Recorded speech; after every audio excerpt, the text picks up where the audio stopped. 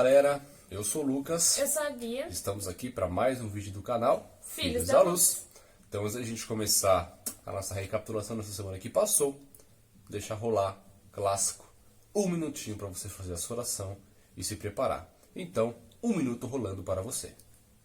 O vídeo agora.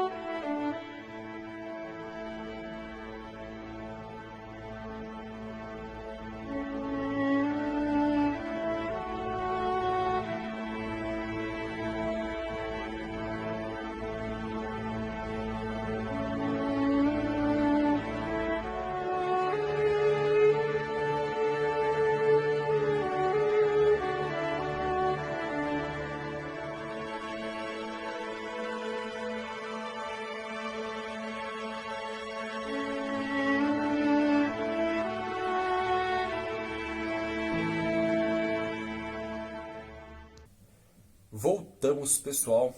Todo mundo pronto para a gente poder recapitular a nossa lição de número 9. Está acabando. Falta 4? mais 4 lições. Mais 4 lições a gente acaba o trimestre e o ano. Então, a lição de número 9, que tem como título Discernimento. Discernimento. E o texto-chave dessa lição é o que está lá em Neemias, capítulo 6, do verso 10 até o verso 19. E a gente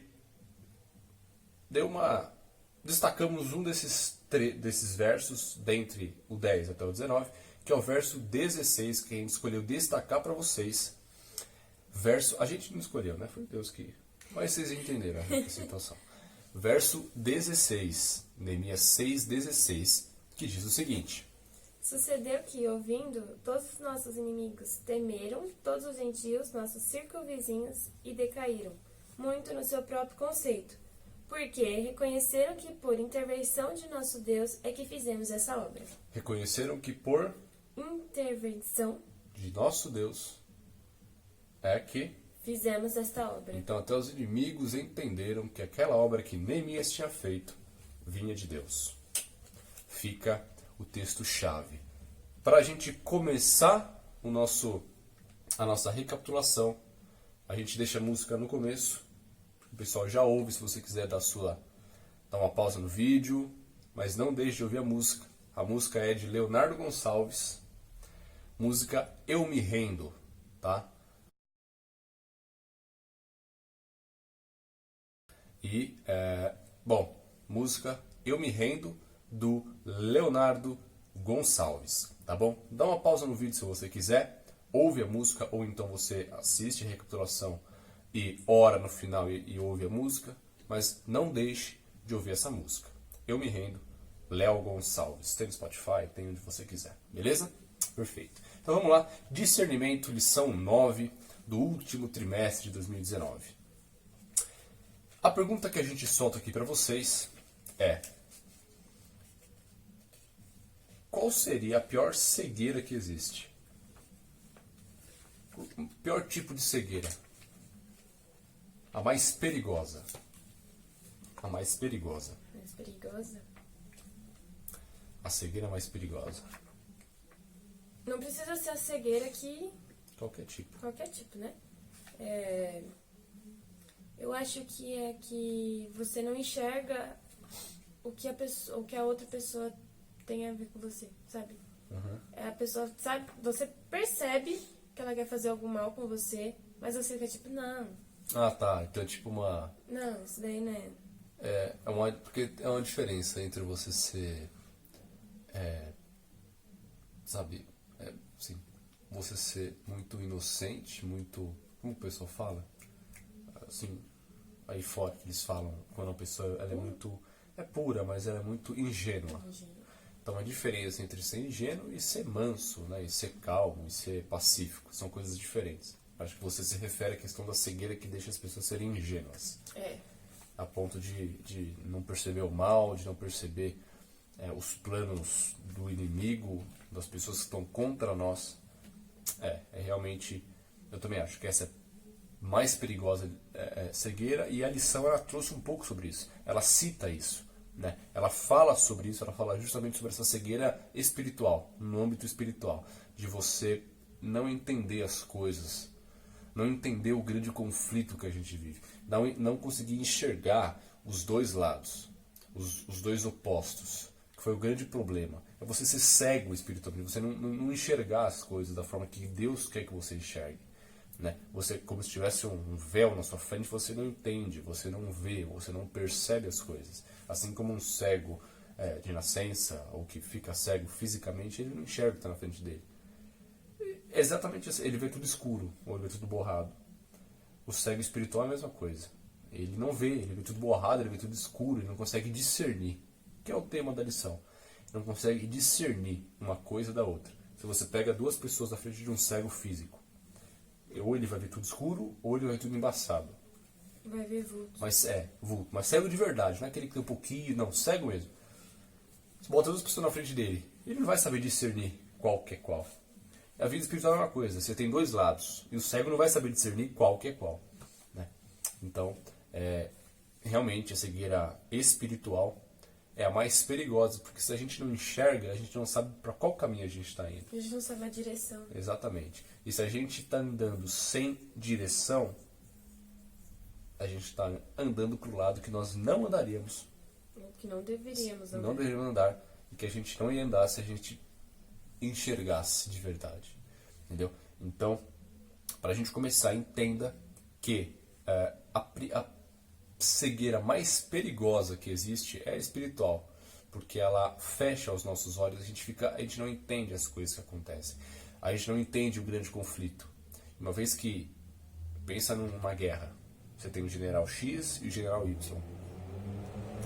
E os soldados do general X são cegos. É muito mais fácil para o outro soldado, para o outro general vencer. Porque são cegos, ele não sabe para onde ir, ele não sabe o que fazer, ele não sabe onde estão os perigos. Então pensa nisso. E assim como Jesus curou tantos cegos que a gente encontra nos evangelhos, cegos físicos também, mas também cegos espirituais, ele deseja, e ele pode, e ele quer fazer uma transformação completa, curar as nossas cegueiras espirituais. A lição, ela trouxe uma informação muito interessante. Quando Jesus curava os cegos de nascença, teve um caso que Jesus curou um cego de nascença. Né? E esse cego, ele não era um jovem, ele já era um adulto formado. Ele era cego de nascença, então ele tinha pelo menos aí uns 30 anos de cegueira. E Jesus chega um belo dia, vou curar ele. E curou o cego. E pra gente assim, que não é cego, é muito simples, beleza. Curou e já era. Tá aqui, abriu o olho, tá enxergando. Só que eu não sei se tem algum aí deficiente visual que tá ouvindo a gente, mas de qualquer forma, pensa que uma pessoa que está pelo menos 30 anos cega e de repente ela começa a ver. O cérebro dela não sabe o que é visão. Não sabe o que é claridade. Não sabe o que é claridade, não sabe o que é luz. O cérebro dela não sabe o que é isso. De repente, aparece Jesus e dá visão para essa pessoa. Pode parecer muito simples, mas não é. Além de Jesus simplesmente abrir os olhos dessa pessoa, Jesus ele fez um backup no cérebro dessa pessoa. Ele curou não só o olho, mas ele curou o cérebro da pessoa. Uma pessoa que até então não conhecia a luz. Então Jesus ele transformou completamente toda essa situação de cegueira do homem. E é o que ele quer fazer na nossa vida, seja fisicamente ou espiritualmente, que é o tema que a gente está falando hoje. E espiritualmente, assim como Jesus fez uma enorme transformação na vida daquele cego e de tantos outros, ele quer fazer uma transformação na nossa vida espiritual, abrindo os nossos olhos, transformando o nosso interior, que vai reger a nossa caminhada. Então pensa nisso, para a gente iniciar. A cegueira mais perigosa que existe é a espiritual. Mas não se desespere, porque Jesus quer curar isso em nós e em vocês. Primeira coisa que a gente começa falando aqui. Depois a gente prossegue, né, na lição da semana, que continua falando de Neemias, evidentemente. E E uma outra pergunta que eu faço e a gente aproveita para falar de Neemias é: como que a gente pode não ser enganado? Vai falando coisa, eu falo outra, você vai deixando no comentário aí. Como que a gente pode fazer para não ser enganado? Nessa questão de discernimento. Tentar buscar informações. Buscar informação, eu acho que conhecer aquele que está falando. Tentar interpretar o que ele fala.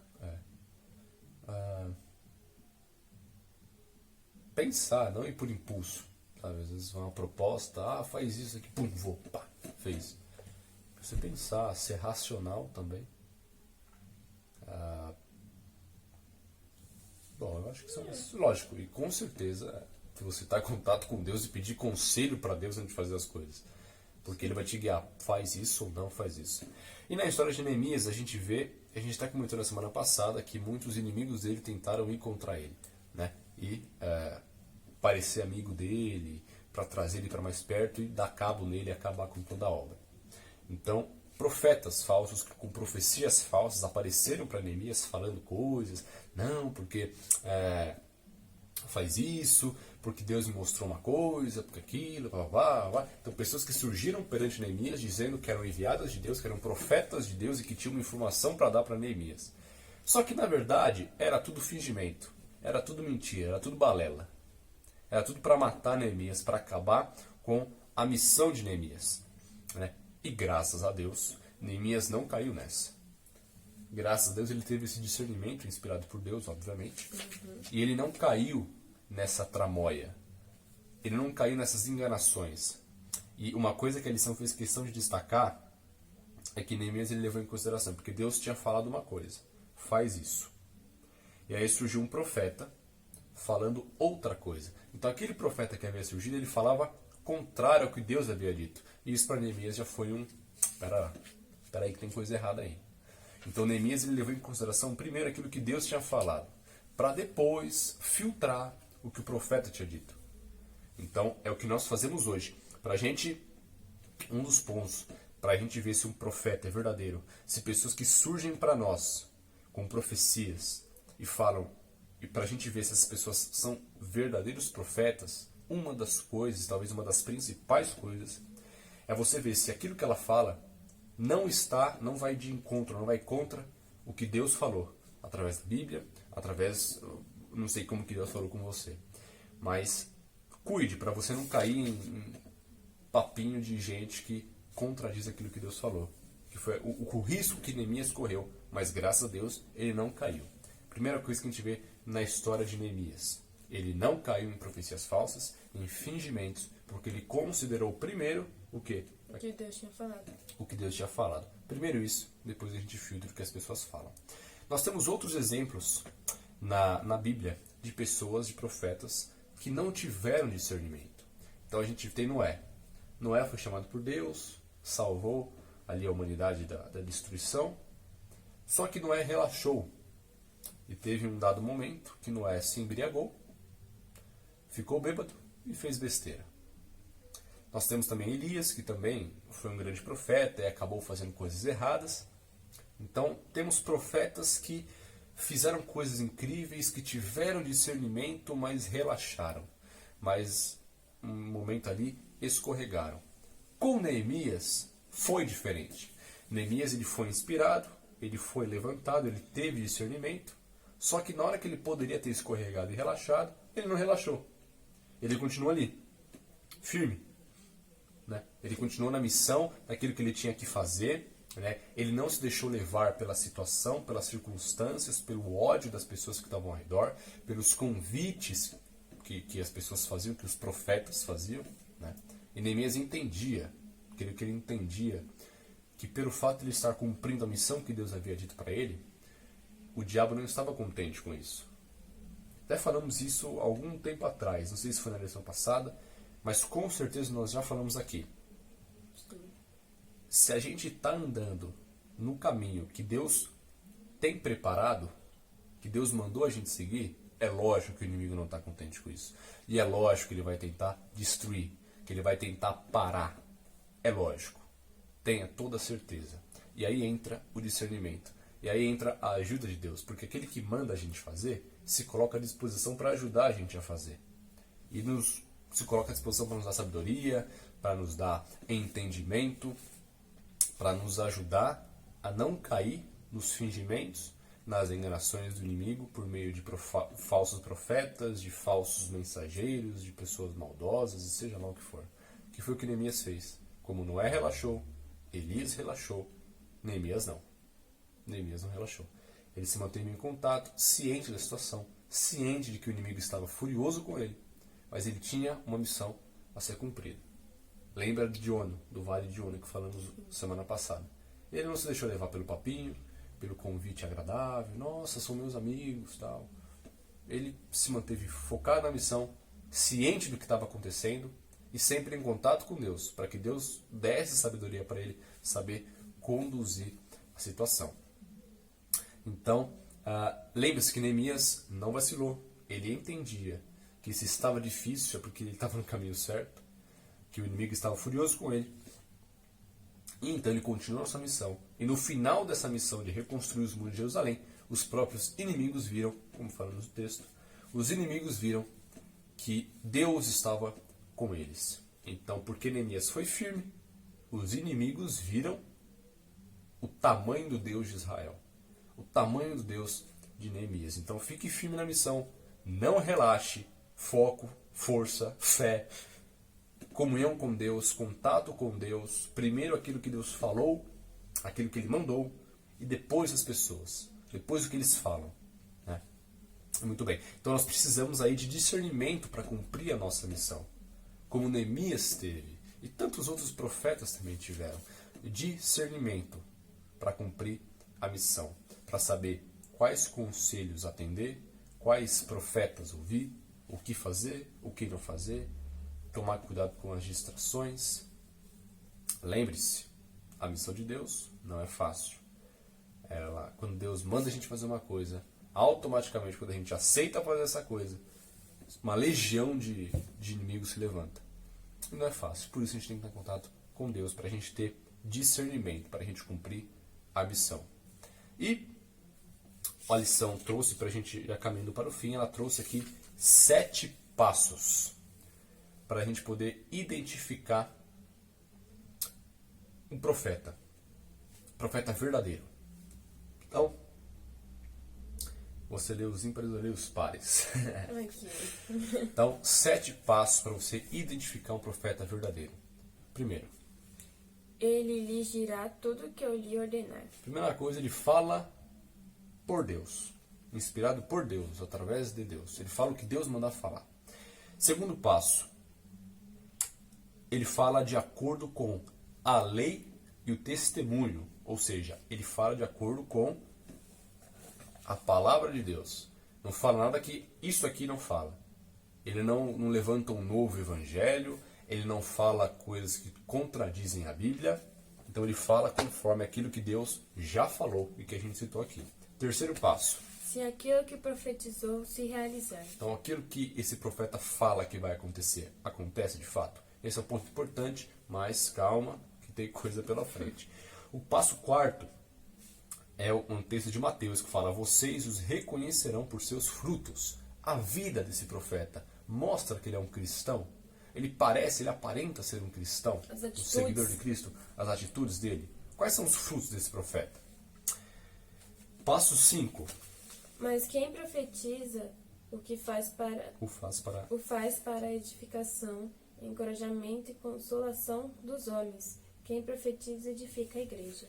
Quem profetiza edifica a igreja. Então é para crescer o povo de Deus, não para denegrir, não para diminuir. Passo 6. Nenhuma profecia da Escritura provém de interpretação pessoal, pois homens falaram da parte de Deus, impelidos pelo Espírito Santo. Então eles não falam aquilo que eles acham, eles falam aquilo que Deus falou. É o assim diz o Senhor. Ponto. Falam o que Deus mandou falar, não o que eles acham que tem que falar. E o ponto 7 e último. Todo espírito que confessa que Jesus Cristo veio em carne procede de Deus. Professa que Jesus Cristo veio em carne.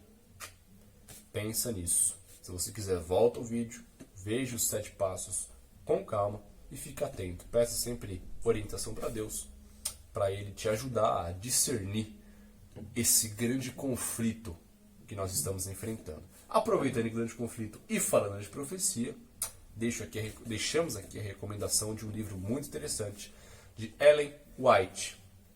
Temos aqui, vou mostrar para vocês. Ai, meu Deus. O livro de Ellen White. Quem foi Ellen White? Uma profetisa. Uma profetisa. E eu te convido a fazer esses 7 passos em cima de Ellen White. Leia os livros de Ellen White. Aqui está o livro O Grande Conflito. Tá? Essa aqui é a versão condensada, é a versão reeditada. Tá, tá aí, né? Tá dando pra ver? Aqui. Né? Cadê o nome da Ellen White? Aqui em cima. Aqui em cima.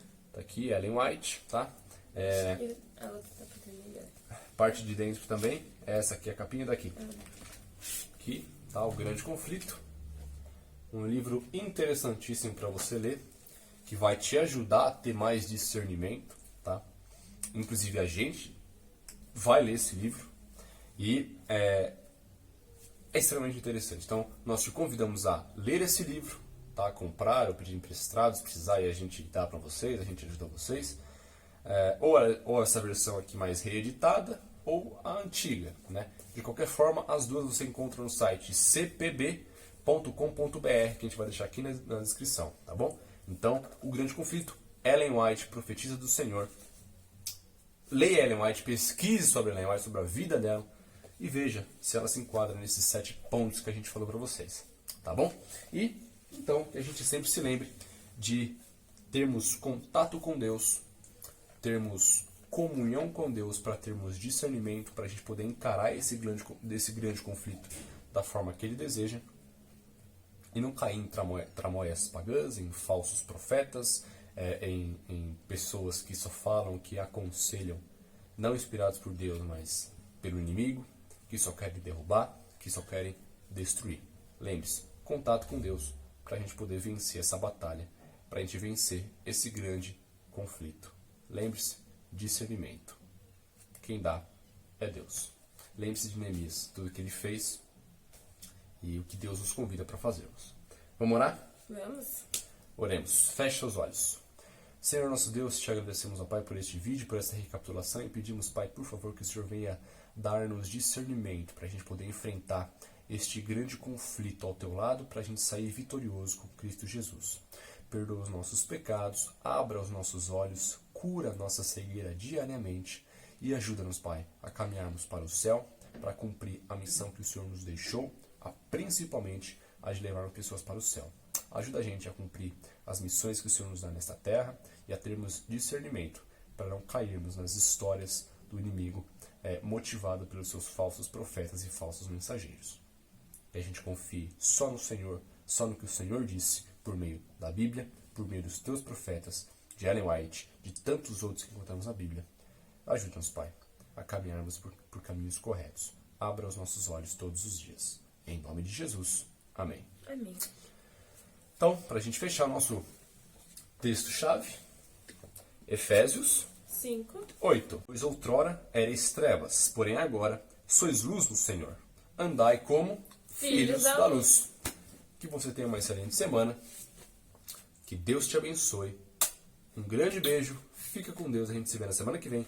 Lembre-se, eu me rendo, Leonardo Gonçalves. Não deixa de ouvir. Manda pra galera. Compartilha. Vamos levar as boas novas da salvação, porque Jesus está voltando. Uhul! Maranata. Um beijo.